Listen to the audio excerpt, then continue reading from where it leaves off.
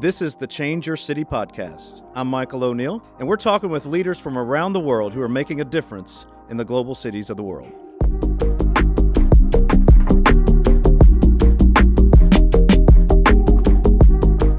Hey, welcome to another episode of the Change Your City podcast. This is all about, as you look throughout history, God raising up individuals who just want to be faithful and want to change their cities. And God has used people throughout the centuries to make a difference, an eternal difference in cities all around the world. And so this podcast is about hearing from people all around the world who are changing their cities, who are mobilizing others and inspiring others and encouraging others and equipping others to change their cities. And so I'm thrilled to have Larry McCrary as a special guest of this podcast and this episode. And just Larry's the president, founder, CEO of the Upstream Collective. And just wanted Larry, introduce yourself. Tell us what Upstream Collective's about as well. Right. Yeah. So my name's Larry. My wife and I, Susan, we've lived in Europe for the most part the last 20-some-odd years.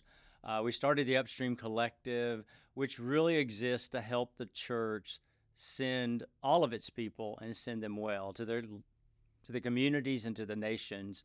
And I think when we first started Upstream, two things that really just hit us hard on the field. We were vocational missionaries. In other words, we were with a mission organization. That was our day job. And we found that some of the absolute best missionaries, in a sense of the word, were not vocational missionaries. They were actually men and women who, for whatever reason, got transferred to our city or to another city, and we learned about them, and they loved Jesus, and they wanted to live intentional. And Michael, they had access to people that we would rarely ever meet, and we can talk more about that later. They have credibility and make sense for what they're doing, and they had sustainability. And so we wanted to see how can we help the church, in our case, the church in the U.S. when we first started, prepare, develop, disciple, release everyday people for the mission field, not just those that are vocational missionaries. You need them both, but how do we really work with marketplace? And then the other is that we've been able to see unfortunately, a lot of missionaries that have been abandoned by their sending church, and they've been orphaned. And again, we saw the church often outsourcing the Great Commission to organizations, opposed to really owning it and taking responsibility. So to us, it's all about discipleship. It's discipling our people to wherever they live, work, and play, make a difference. Yeah, and I love that. When I first met you, you were living in a global city in Europe, and then you had, I guess another co-writer wrote Tradecraft, which is a book about really that, about your identity as a missionary or a sent one. Every follower of Jesus living out that identity and making a difference where they live, work, and play, living on mission wherever they are. So talk about that just a little bit, because I used that book with some members of our church here to help equip them to think about wherever they go, they're ambassadors for Christ. They're living out this mission. So talk a little bit about why it's important for Christ followers, for us, wherever we live, in whatever city, that we see ourselves as sent ones, as living on mission. Why that's important? Yeah, it was well said. I think we often have just promoted this idea of the vocational missionary. That's their day job, that they have this sense of calling to go to another culture to share the gospel and make disciples. And that's definitely a piece of it. But in doing so, often, I think the church has emphasized that over the responsibility that we all have. And when you look through Scripture and you see Jesus in John 20:21, as the Father has sent me, so send I you. And it's talking about you have this sent identity. In Acts 1:8, you will be my witnesses in Jerusalem, Judea, Samaria, the ends of the earth. Witness is an identity. It's who you are. Witnesses, but it's who you are. And so you have this identity. Jesus, Sermon on the Mount, you're the salt of the earth. You're the light of the world. Again, identifiers. When he sends out the 72 in Luke 10, and he comes back and they come back. He sends them out two by two. They come back, and they just witness these marvelous, powerful things, and they're telling Jesus about them in the debriefing meeting, and Jesus says, look, what you really should rejoice in is that your names are written in the book of life. So it seemed like Jesus was always getting at our identity, who we are. We're sent ones. We have this identity as being a sent one. And I love Paul when he's writing to the Corinthian church, and he says, you have the ministry of reconciliation. You are an ambassador for Christ. You are the representation of Jesus wherever you live, work, and play.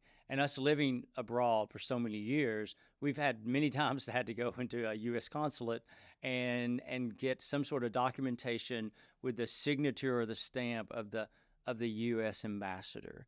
And that's the official representation of the U.S. government to that country. And it means something. And it's like that's been given to us as believers, not just full-time pastors, not just full-time missionaries, but every Christ follower. Some are called overseas, I get that, but we all, and so what we found with these people that are often expat marketplace people, they get transferred. In fact, just this weekend, met with a couple that they'd been through one of our cohorts training. We do a training for marketplace workers a couple times a year, and we had met them, and we went to their commissioning service because they took a job overseas intentionally, and they now live in Europe, or as of next week. And what's so cool about it is that it wasn't like they had 2 years to prepare; they had like 3 months. And so it's not the mission organization that's going to be able to prepare them; it's the church. And how does the church start thinking? How do we disciple our people in such a way that they have this external focused discipleship wherever they live, work, and play, that they're sharing Jesus, they're making disciples, and they're doing it of the nations. Yeah, and that even starts with preschoolers, right? It can start with preschoolers, elementary. I think of parents seeing that as something that is their responsibility and equipping their own kids to really be representatives of Jesus and growing up and with that in mind. Yeah, I think with children, also when thinking of a churches, thinking through the different aspects of age groupings within the church. But as parents, as Christian parents, we constantly were trying to get our preschoolers and children, every phase of their life, to see that it was not just about us. It was really about, the way living their life as salt, light, ambassador, as proclaimers of the gospel, in both in presence and in word. Yeah, that sense of identity really was a game changer for me. And it took me a while. I'm a slow learner because growing up, even in the church, it was pretty compartmentalized for me. Sunday morning, Sunday evening, right? Sunday that was my day to be a representative of Jesus. Yeah, of course. And then I'm school and on the rest of the week and baseball. Wednesday night, though. Wednesday night, I'm back. Yeah. Okay. Wednesday during the day, no. But Wednesday night, I'm back at church. And so my identity as a sent one's there. I get it there. But like, I didn't think about it outside of the church walls, really. Exactly. But wow, once I realized that, such a aha moment for me. And all of a sudden, I began thinking about, okay, well, it really does matter what I say and how I act and the choices I make. And nowadays, what I put on social media, and and I think in an increasing post-Christian culture that we find ourselves in here now in the U.S., definitely in Europe where we live, you see that, and it's like these friends of ours. I mean, for 2 years we have been trying to share with them. We've gotten to know them. We've talked about us being believers. We've talked about the gospel. They have never really, had an interest. And not too long ago, about 6 months ago, they said, as you know, we're agnostic. But there's something in the way that you and Susan live that make us wonder if we're wrong. Wow. But that was a 2 year to get to that point. Yeah. It'd be great to say, hey, they became believers, and now they're, into missions, whatever. That's not the case. But I think in a increasingly postmodern, post-culture, Christian culture, it's these little steps. And as a pastor in the States back years ago, and also, as work, I think I taught people how to, it's almost like I discipled them how to invite people to church instead of inviting people into my life. And, Paul, again, Apostle Paul, he says, we not only share the gospel, we're so desirous of you. We not only share the gospel, but we shared our very lives as well. That's right. And I think when I look back, I really hope a change that I have made in my life is that I'm not just trying to share the message, share the gospel, get it in, count it, that I'm really sharing my life with them. Yeah. Because I think that's what ultimately makes that difference. Yeah. So that people will ask you about the hope that we have, right? Mm-hmm, exactly. Yeah. Do 2 or 3 people come to mind? I'm just trying to, especially with those who are those listening, just being encouraged and inspired by others who really live out this sent identity and who are making a difference in their cities because they see themselves as living on mission wherever they go. Can you think of a few examples just to share? You don't have to share their names if you don't want, but just a few ways that people that they're living this out, and you can see them making a difference. Yeah, my wife and I have known this this woman quite a few years now, and she actually had served overseas as a missionary with an organization for a couple of years. Went back home, but she had this desire to come back to the same city and to have a regular job. And it took her 3 months to find that job. You get 3 months on your passport, so to speak. And she finds the job. That was like 20 years ago. And she's lived in this same city. And she works for a university, and they do a lot of study abroad work. But she really looks at her neighborhood as like her parish, if you will, her place that she is trying to care for people, love people well, be very intentional in how they meet. And we happen to live in her same neighborhood. And so it's so fun because, she'll call us up and say, hey, I'm going to, go have tapas with, some friends of mine. Do you want to come along? And they're not believers, but she's inviting us because we are, and there's this intentionality in life on life. Or we'll do the same. Or she'll say, hey, Saturday morning, why don't 5 or 6 of us go and go have a prayer walk and then go meet for appetizers or something like that. But she's constantly, meeting and thinking and living intentionally. I know a guy that is an investment banker, and he did a study abroad. He loved it, picked up the language. He decided to get a job, and he was offered a job with this Spanish company, and they hired him, and he's like inviting these men to different types of Bible studies that he's been able to start. The interesting thing is they listen to him because he's one of them, and they're like, hey, we're all in. We want to learn more about this, and I'm agnostic, but I'm interested in what you're saying, or but God's working in their hearts. And so I see these people that some have taken jobs in other parts of the world. Others, wherever they live, work, and play, they're just being very intentional.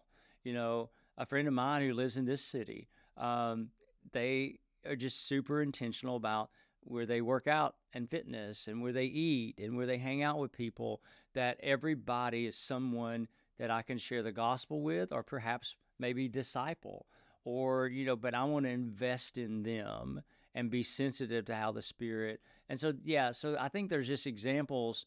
It's not always in a far-off land, right, but I think that's great. But it can also be just wherever we live, work, and play. The hardest part is our margin, because our lives here are so busy.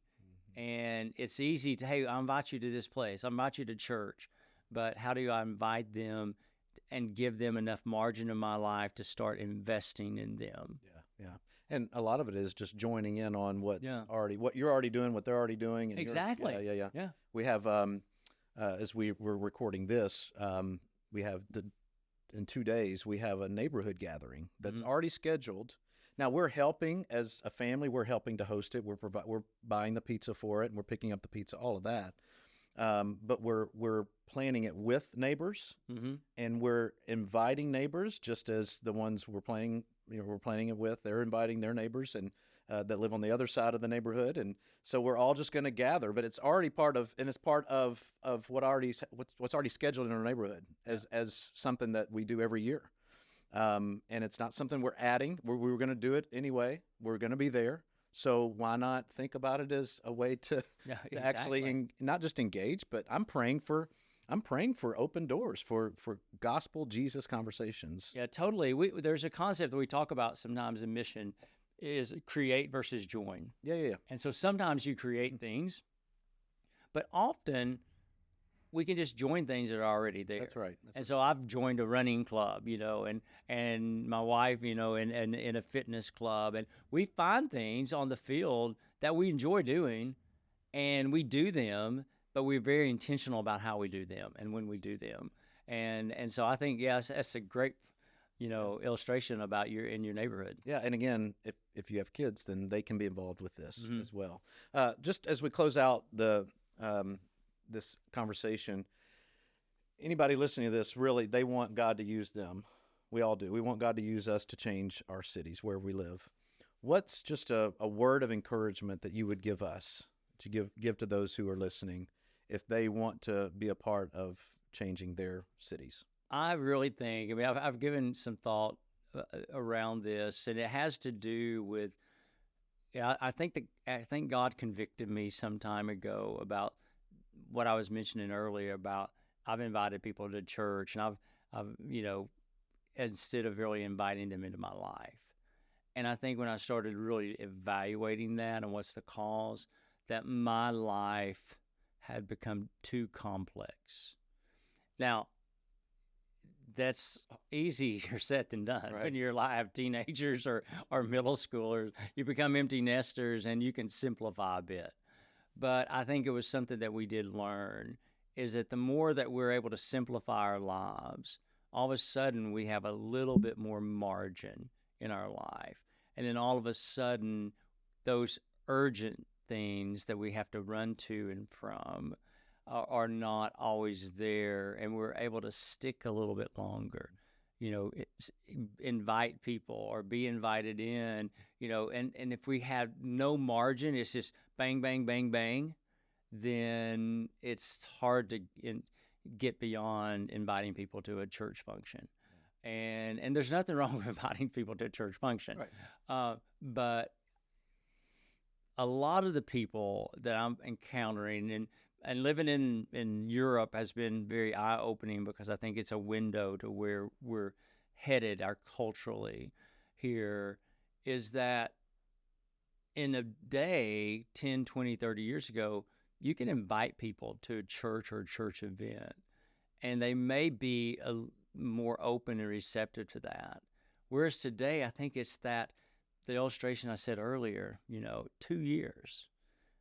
They've been observing, watching, listening, discussing maybe behind their backs about Christianity, and they're just down to that point of talking. And we try to start way too quick, and it's a matter of that investment. So live simple and be intentional. Yeah, great words of encouragement. Thank you for all you do. I appreciate your encouragement over the years, the resources that you and Upstream Collective have developed for churches, and so for mission leaders.